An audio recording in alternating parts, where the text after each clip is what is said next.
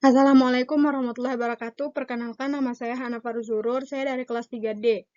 Saya di sini akan mempresentasikan resum dari buku Ilmu Tasawuf. Materi yang akan saya sampaikan ini adalah lanjutan dari materi yang telah dipresentasikan oleh kelompok saya, dan buku ini ditulis oleh Dr.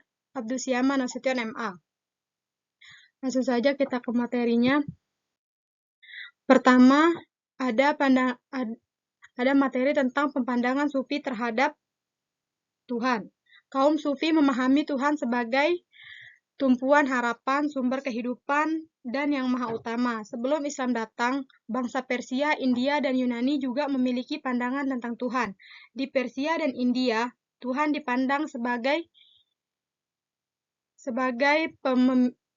memiliki banyak dimensi seperti ajaran Zarathustra, sementara filsuf Yunani seperti Thales, Anaximandros, dan Anaximenes memandang Tuhan melalui unsur alam seperti air, api, dan udara. Islam menjawab pencarian itu melalui tauhid yang terbagi menjadi 3. Yang pertama, tauhid rububiyah, yaitu Allah sebagai pencipta dan pengatur alam semesta. Dan kedua, uluhiyah, Allah sebagai satu-satunya tujuan ibadah. Dan ketiga, asma wa sifat, meyakini nama dan sifat Allah yang agung. Bagi sufi, mengenal Tuhan adalah tujuan hidup tertinggi. Mereka meyakini bahwa siapa yang mengenal Tuhannya, maka akan mengenal dirinya. Selanjutnya,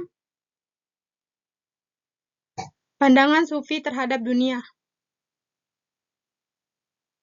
Bagi kaum sufi, dunia adalah tempat manusia hidup, beribadah, dan menjadi khalifah di muka bumi. Dunia dipandang sebagai cermin sifat-sifat Allah dan nama-nama indahnya. Pada tingkat mineral, misalnya, keindahan Tuhan tercermin dalam batu mulia dan logam yang berharga. Oleh karena itu, dunia tidak dipahami sebagai tujuan akhir, tetapi sebagai sarana untuk mengenal kemuliaan Allah.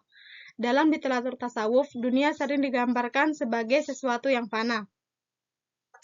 Abu Ishaq Nisaburi dalam Qisasul Anbiya menceritakan penciptaan langit dan bumi dengan perumpamaan simbolis berupa mutiara hijau, asap, dan air, yang semuanya menunjukkan kekuasaan Allah.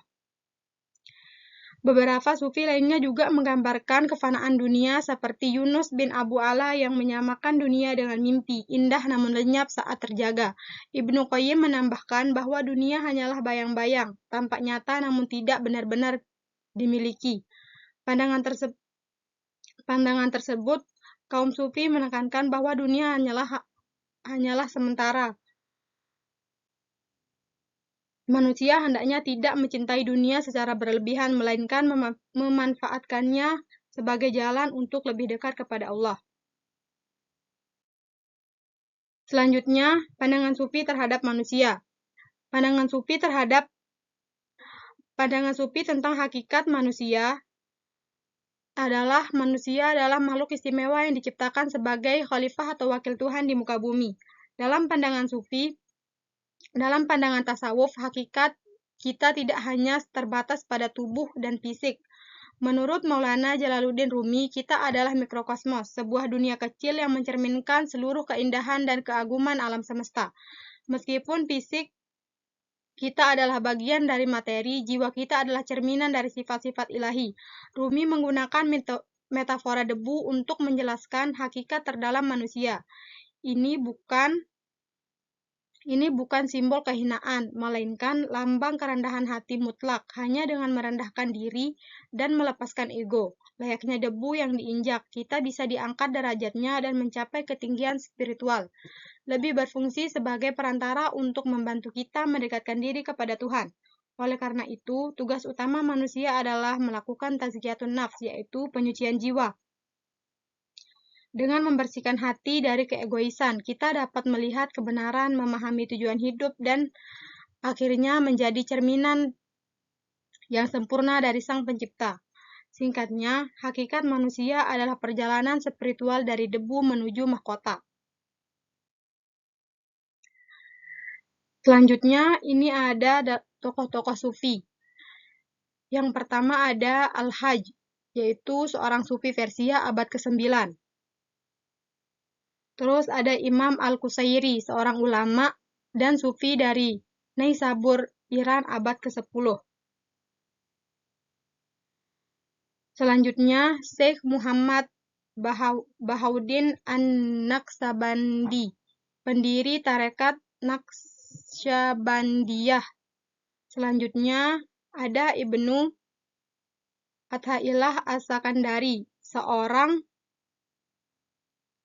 ulama produktif dari Mesir abad ke-13. Selanjutnya ada Syekh Abdul Hasan Asyadzil, pendiri tarekat Asyadziliyah. Selanjutnya ada Syekh Abdul Qadir Jalani, pendiri tarekat Qadariyah.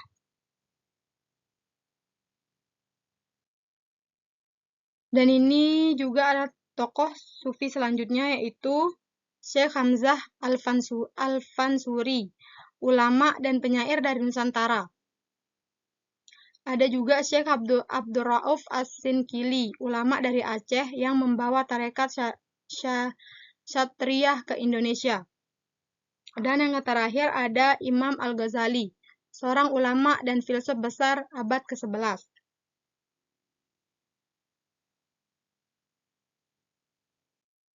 Sekian dari saya. Materi selanjutnya akan disampaikan oleh kelompok saya yang lain.